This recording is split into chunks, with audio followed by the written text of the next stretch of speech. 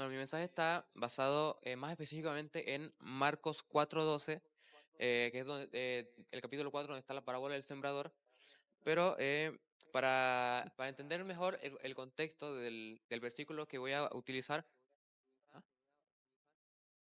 Eh, me gustaría leer el resto del capítulo hacia atrás. ¿Ya todo lo tienen? Ya. De nuevo comenzó Jesús a enseñar a la orilla del lago. La multitud que se reunió para verlo era tan grande que él subió a una barca en el lago y allí se sentó, mientras toda la gente se quedaba en la orilla. Entonces se puso a enseñarles muchas cosas por medio de parábolas, y como parte de su instrucción les dijo, pongan atención, un sembrador salió a sembrar. Sucedió que, al esparcir él las semillas, una parte cayó junto al camino, llegaron los pájaros y se la comieron. Otra parte cayó en terreno pedregoso, sin mucha tierra. Estas semillas brotaron pronto porque la tierra no era profunda, pero cuando salió el sol, las plantas se marchitaron y por no tener raíz se secaron. Otra parte de las semillas cayó entre espinos, que al crecer ahogaron las plantas y no dieron fruto. Pero las otras semillas cayeron en buen terreno, brotaron, crecieron y produjeron una cosecha que rindió hasta 30, 60 y 100 veces más. El que tenga oídos para oír, que oiga, añadió Jesús. Cuando se quedó solo, los 12 y los que estaban alrededor de él hicieron preguntas sobre las parábolas. Él contestó, a ustedes se les ha concedido conocer el misterio del reino de Dios, pero a los de afuera todo les llega por medio de parábolas, para que, por mucho que vean, no perciban, y por mucho que oigan, no entiendan, no sea que se conviertan y sean perdonados. Ya. Pareciera que en ese último versículo, Marcos 4:12, Jesús le dice que les enseñan parábolas justamente para que no entiendan. Pero eso sería como contradictorio con lo que vino Jesús. Jesús vino para que, pues, justamente creamos en Él y nos arrepintamos y seamos perdonados. Pero si se dieron cuenta, en este versículo está citado Isaías 6:9, 6:9 y 10. Entonces, bueno, cuando yo leí ese versículo, ¿quiénes fueron los que leyeron Marcos? ¿Valeria? ¿Quién más? ¿Tú? Bueno, no sé si cuando leyeron eso se dieron cuenta de que Jesús dijo eso, pero cuando yo lo leí, pues quedé pensando en que por qué Jesús diría que no sea que se conviertan y sean perdonados. Entonces, vayamos al versículo de Isaías 6:9, que es donde está citado. Pero antes de leerlo, les voy a dar un poco de contexto de lo que estaba sucediendo en esa época. Isaías fue un profeta del Antiguo Testamento que aparece aproximadamente en el 740 a.C., según ChatGPT. Ahí el reino de Israel se había empezado a dividir en la época de Salomón, aproximadamente 200 años antes, como en el 930 a.C. Y pues se fue poniendo cada vez peor con el tiempo después de que salió Salomón del poder. Isaías aparece cuando ya todo esto va en picada y que el pueblo de Dios estaba endurecido a más no poder. El reino del norte, Israel, tenía conflicto con Judá, que se le llamaba el reino del sur, quienes incluso habían institucionalizado la idolatría por medio de Jeroboam, que fue el hijo de Roboam, hijo de Salomón, hijo de David, que dice que Jeroboam que creó templos falsos, levantó becerros de oro, los mismos que cuando el pueblo estuvo en el desierto, cuando Moisés subió al monte a buscar las tablas, el pueblo construyó un becerro de oro. Bueno, Jeroboam construyó becerros de oro y le dijo al pueblo que ese becerro de oro fue el que lo sacó de Egipto, así descarado. También colocó falsos sacerdotes, etcétera. Y pues Isaías llega para advertir al pueblo del juicio de Dios que venía ya en camino. Bueno, en el capítulo de 6 de Isaías está la visión que tuvo Isaías y que fue en la que Dios le da su misión.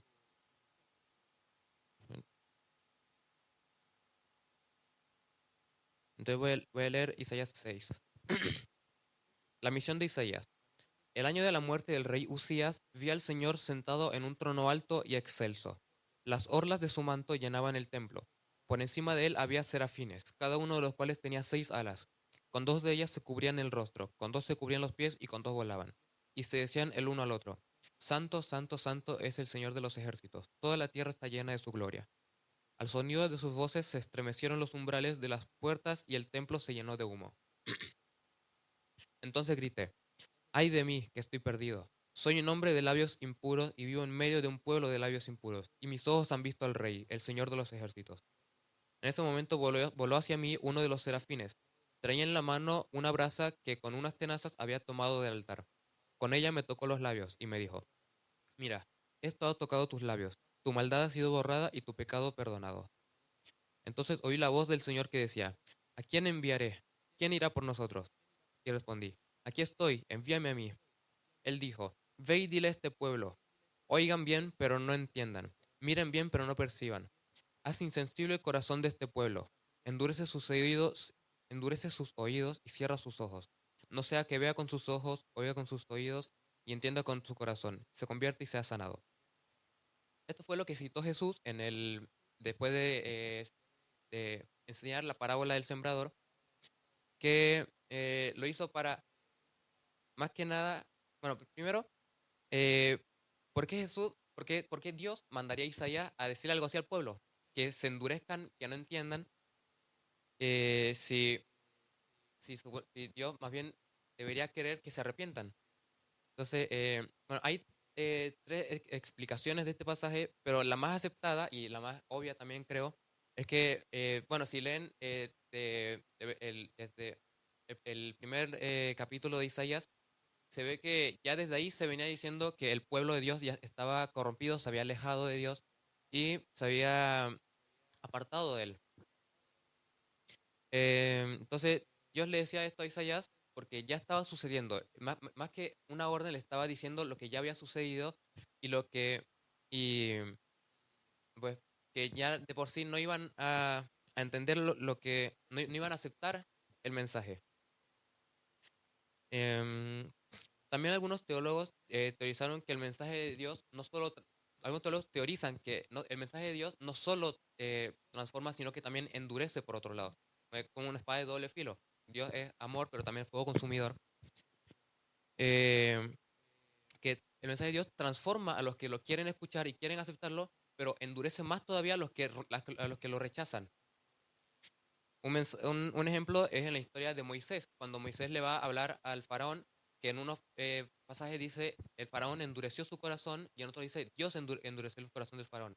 No es que se estén contradiciendo o que en una Dios lo haya hecho y en el otro el faraón lo haya hecho, sino que el faraón, al haber tantas veces rechazado el mensaje de Dios, Dios dejó como de contener ese mal que, que, que estaba entrando en el corazón del faraón y pues dejó que el faraón siguiera su camino y pues se terminara de endurecer su corazón.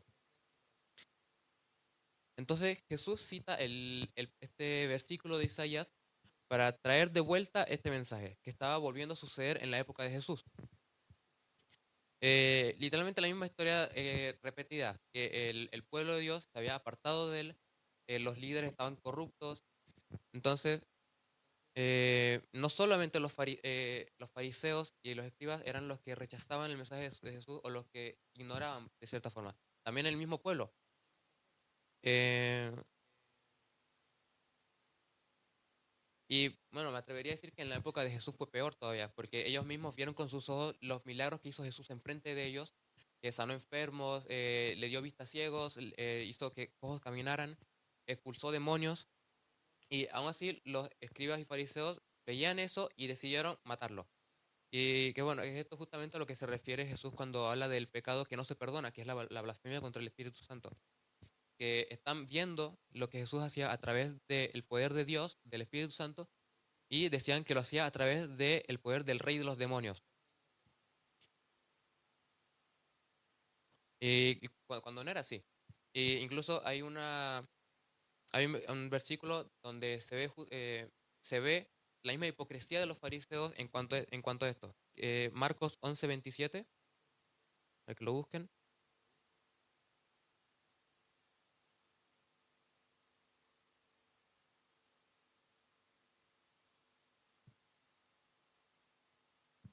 ¿Lo tienen?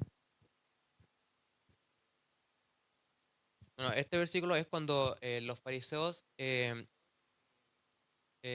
cuestionan la autoridad de Jesús, que le preguntan que de dónde viene su autoridad. Marcos 11:27. Llegaron de nuevo a Jerusalén y mientras Jesús andaba por el templo se acercaron los jefes de los sacerdotes, los maestros de la ley y los líderes religiosos. ¿Con qué autoridad haces esto?, lo interrogaron. ¿Quién te dio autoridad para actuar así? Yo voy a hacerles una pregunta a ustedes, respondió él. Contéstenmela y les diré con qué autoridad hago esto. ¿El bautismo de Juan procedía del cielo o de los hombres? Respóndanme. Ellos comenzaron a discutir entre sí. Si respondemos del cielo, nos dirá, entonces, ¿por qué no le creyeron? Pero si decimos de los hombres, es que temían al pueblo, porque todos consideraban que Juan era realmente un profeta. Así que respondieron a Jesús, no lo sabemos. Jesús dijo, pues yo tampoco les voy a decir con qué autoridad hago esto. Los fariseos sabían que el bautismo de Juan venía del poder de Dios. Entonces, estaban, era o reconocer que estaban siendo unos hipócritas o pues ser juzgados por el pueblo. Entonces decidieron responder que no lo sabían porque pues, iban a dejar en expuesta el arreglo que tenían, su hipocresía. ¿Ah? Exacto. Entonces los fariseos decidían rechazar el mensaje de Jesús, no porque no supieran o porque dudaran de él, sino porque iba en contra de ellos y de su autoridad. Lo ponía en juego. Entonces, no lo rechazaban por desconocimiento, sino lo que lo rechazaban porque tenían el corazón endurecido y, y pues el pueblo no era la excepción. Sí, hubieron muchos que aceptaron el mensaje de Jesús y, pues lo recibieron, pero muchos iban a Jesús solamente por interés, para que lo sanara o para caminar con él, pero no por motivos de que creyeran en él y quisieran ser salvos, sino por conveniencia. Incluso en el versículo de Marcos 4:12,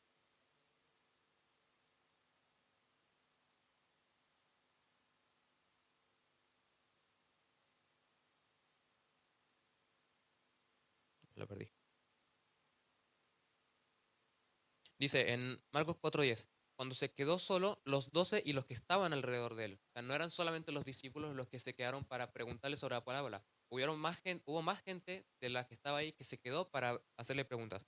Eran los que realmente les interesaba y los que querían comprender el mensaje. Entonces, muchos iban a Jesús para que los sanara por conveniencia, pero no querían comprometerse. Entonces, pues Jesús dice esto de que no sea que se conviertan y sean perdonados, justamente después de la parábola del sembrador, por esto mismo, porque muchos no entendían el mensaje porque no querían entenderlo de por sí. Entonces, y Jesús le reveló el mensaje oculto a los que querían escuchar y querían recibir el mensaje. Y esto pasa muchas veces también con nosotros mismos, que por ejemplo, vamos a la iglesia o vamos a cultos y pues escuchamos el mensaje de la prédica, pero no la entendemos porque la rechazamos de por sí. No queremos entenderla, no queremos aplicarla a nuestra vida y pues, o pensamos que no es para mí, esto no es para mí, o que no tengo, o que yo no hago esto. Por ejemplo, el pastor habla de una actitud, una situación, uno dice yo no hago esto, así que esto no es para mí. Y pues eso es justamente el endurecimiento de corazón, que rechazan el mensaje y lo aceptan o lo reciben, pero a su conveniencia. Entonces, pues eso fue lo que yo saqué de este versículo de la parábola del sembrador. Y bueno, también va directamente vinculado a la parábola del sembrador. Las semillas que caen en el camino, las que caen en el terreno de piedra, las que caen entre los espinos. El camino, los tres que no son el buen terreno son justamente los que o rechazan el mensaje o lo aceptan a su conveniencia, que no lo reciben de buena manera y no lo terminan de aplicar en su vida. Entonces, pues esa sería mi reflexión, mi mensaje de hoy y espero haberlos bendecido con esto. Amén. ¿Cuántos fueron bendecidos por este mensaje? Levante la mano. Sí, si no, que Santiago repita. Po. No, muy bien, hijo. Interesante que igual yo me voy igual bendecido, aprendí de igual manera y no me había percatado, no había reparado justamente el hecho de que Jesús no es que no quería que ellos se arrepintieran, que te debería decir que no se lo merecían. No sé, si era demasiado evidente el tema, ellos no le iba a quedar otra como que arrepentirse por compromiso. Y todo tiene que ser con intencionalidad. Si yo de una manera muy evidente digo, por ejemplo, Felipe, tú estás haciendo esto, esto y esto, mira, es evidente que te estás equivocando. Felipe va a decir, bueno, sí, me arrepiento, pero ¿realmente él reconoció que estaba haciendo algo malo o fue porque fue expuesto? Y ahí vendría realmente, ¿no? El tema, ¿no? Y por eso la intencionalidad del evangelio, del arrepentimiento y la intencionalidad con la que hacemos las cosas.